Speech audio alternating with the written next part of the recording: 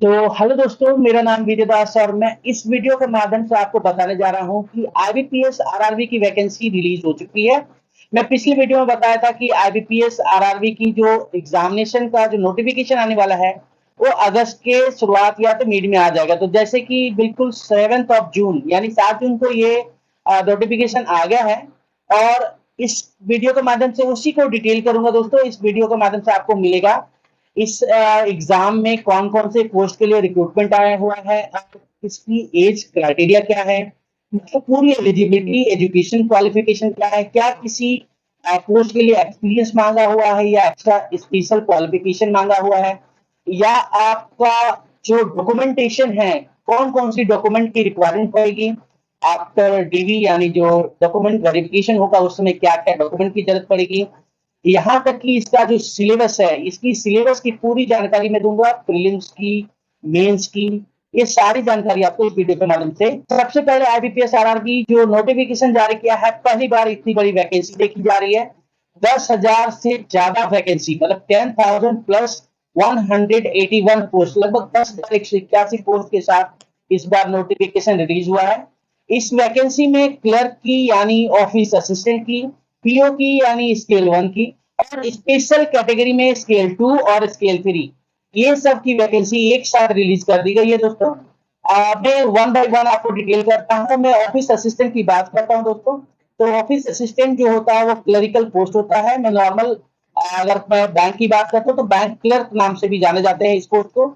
इसकी जो वैकेंसी है, इसकी एज क्राइटेरिया है जो आपका 18 ईयर से लेके आपका जो 28 ईयर तक एज जिनकी है, और वो किसी भी स्ट्रीम से, चाहे वो 28 ईयर तक एज जिनकी है और वो किसी भी स्ट्रीम से, चाहे वो कॉमर्स हो, बीकॉम हो, मतलब या तो कॉमर्स से हो, साइंस से हो या आर्ट्स से हो, किसी भी स्ट्रीम से अगर वो डिग्री ऑप्ट किया हुआ है, वो पास है, तो इस पोस्ट के लिए एलिजिबल होता है। दोस्तों, इसकी जो रिटन एग्जाम की क्राइटेरिया है, वो प्रीलिम्स होगी और मेंस होगा। प्रीलिम्स जो होगी वो क्वालिफाइंग नेचर का होगा दोस्तों, और जो मेंस होगा वो आपका मेरिटियस होगा। क्वालिफाई जो मार्क्स होती है दोस्तों, वो वेरी करती है अकॉर्डिंग टू नंबर ऑफ जितने भी एस्पिरेंट्स उसमें अप्लाई किए हैं और नंबर ऑफ पोस्ट को लेके। तो ये वेरी कर सकता है। पिछले साल के कटअप के अकॉर्डिंग आप उसको रिजल्ट कर सकते हो कि आपका क्या चांसेस है। जो मेंस होता है दोस्तों, वो मेरिटियस होता है, आपको ज्यादा से ज्यादा स्कोर करना है। इसमें कोई इंटरव्यू नहीं होता दोस्तों। तो बैंक आरआरबी के जो असिस्टेंट पोस्ट होते हैं या क्लरिकल पोस्ट होते हैं, उसमें आपका इंटरव्यू नहीं लिया जाता है। अब मैं बात करता हूँ स्केल 1 की। तो स्केल 1 की भी जो एजुकेशनल क्वालिफिकेशन है दोस्तों, वो भी किसी भी स्ट्रीम से आपकी डिग्री होनी चाहिए, चाहे साइंस हो, आर्ट्स हो या कॉमर्स हो। आ, अगर मैं बात करता हूँ इसकी एज क्राइटेरिया की, तो एज जो है वो 18 साल से 30 साल है। असिस्टेंट के ग्रेड में 28 साल तक की एज लिमिट थी और इसमें आपका 30 साल तक दिया गया। और मैं बात करता हूँ रिडक्शन एज की, जो छूट दी जाती है अगर ओबीसी कैटेगरी के हैं, नॉन क्रीमी लेयर में आते हैं, तो दोस्तों उसमें 3 साल की एज आपको डिडक्ट किया जाएगा, मतलब कि आपको एक्स्ट्रा एज दिया जाएगा। आप 33 ईयर तक एलिजिबल हो जाएंगे असिस्टेंट के लिए। और मैं बात करता हूँ स्केल 1 यानी पीओ की पोस्ट के लिए, तो उसमें भी ओबीसी के लिए 3 साल का एज की छूट दी गई है। और कैटेगरी वाले लोग के लिए, खासकर एससी, एसटी या पीडब्ल्यूडी, यानी खासकर जो फिजिकल हैंडीकैप है यानी दिव्यांगजन है, उन लोगों के लिए 5 साल का एज में छूट दिया गया है। इसकी फीस स्ट्रक्चर की बात करूं, एग्जामिनेशन फीस जो है वो एससी, एसटी एंड ओबीसी लोग के लिए 175 रुपीज का है चार्ज, जो कि ट्रांजेक्शन चार्ज बोला जाता है। और अदर यानी जनरल कैटेगरी और ओबीसी के लिए आपको 850 रुपीज का इसमें फीस, एग्जामिनेशन फीस जो है, यानी फॉर्म फी बोल सकते हो, फॉर्म फीस आपको देनी होगी। स्केल 1 की मैं बात करता हूं, तो इसकी भी जो एग्जाम प्रोसेस है वो कैसी है कि प्रीलिम्स होगी जो कि क्वालिफाइंग नेचर का होगा, और फिर मेंस होगा जो कि मेरिटियस होगा, और ये मेरिट बनेगा आपको इंटरव्यू तक जाने के लिए।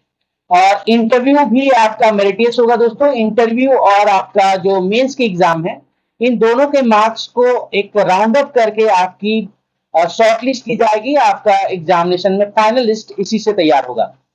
तो जहां तक मैं बात करता हूं दोस्तों की प्रीलिम्स की, तो मैं थोड़ा सा हिंट कर दूं, दोनों की प्रीलिम्स जो होगी वो सिर्फ मैथ्स और रीजनिंग की होगी।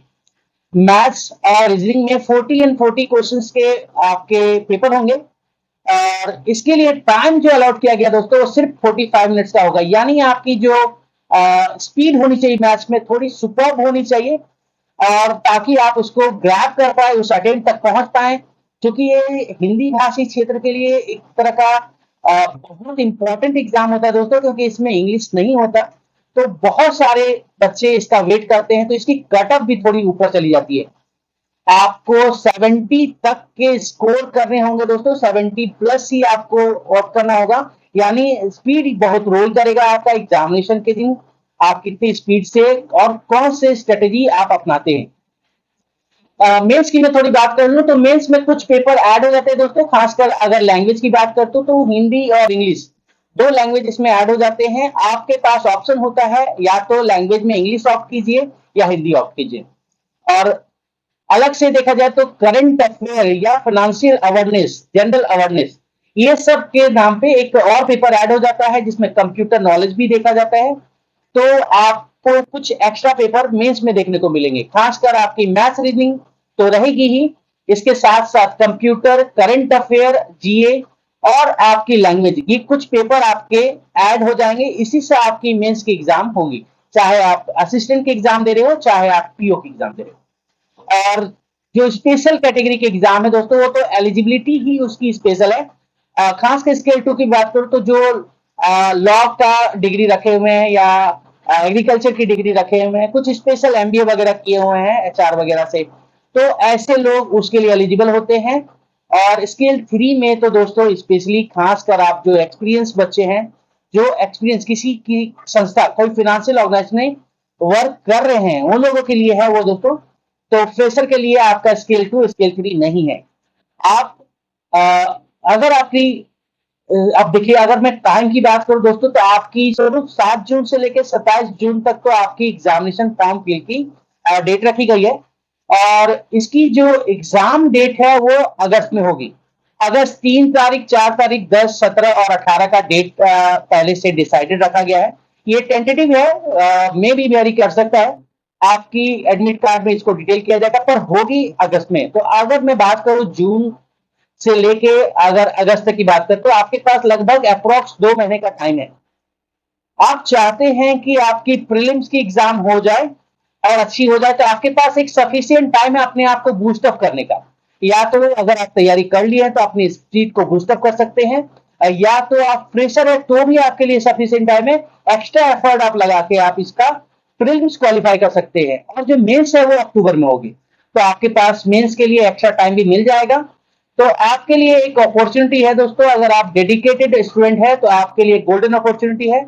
इतनी बड़ी वैकेंसी है, अगर हमारे से जुड़ते हैं तो हम लोग स्पेशल क्रैश कोर्स की तरह 2 महीने का फास्ट ट्रैक बैच स्टार्ट किए हैं, जिसमें बिल्कुल टू द पॉइंट और 100% सिलेबस हम लोग कवर करने की कोशिश करेंगे। खासकर हम लोग बैंकिंग आरआरबी को ही फोकस करें, ताकि आप एक बार प्रीलिम्स की रिजल्ट अपने खुद को देख सकते हैं। ये जो बच्चे बकायदा पहले से तैयारी कर रहे हैं उसके लिए भी बहुत इंपॉर्टेंट है, वो अपना रिवीजन के नाम पे इस बैच को ज्वाइन कर सकते हैं।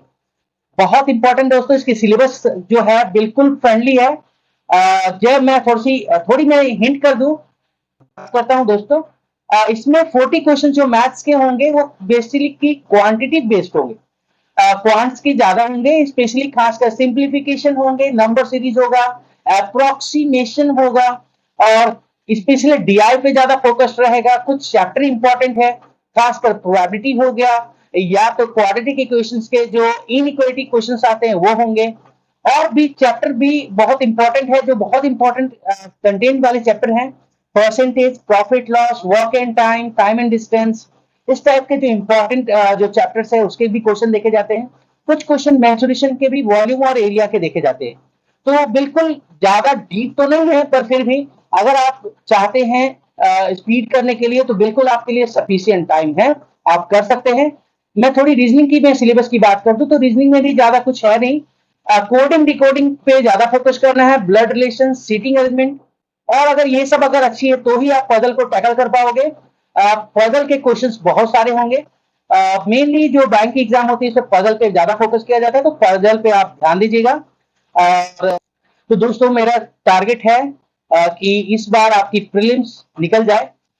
अगर दोस्तों ये वीडियो आपको अच्छा लगा हो तो कम से कम एक लाइक कीजिए, हम लोग को मोटिवेट होंगे, ताकि हमको भी लगे कि बच्चे इसको देख पा रहे हैं।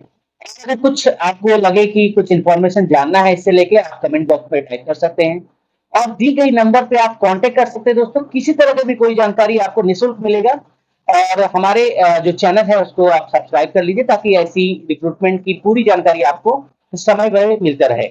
ठीक है दोस्तों, मिलते हैं नेक्स्ट वीडियो में। Okay, thank you.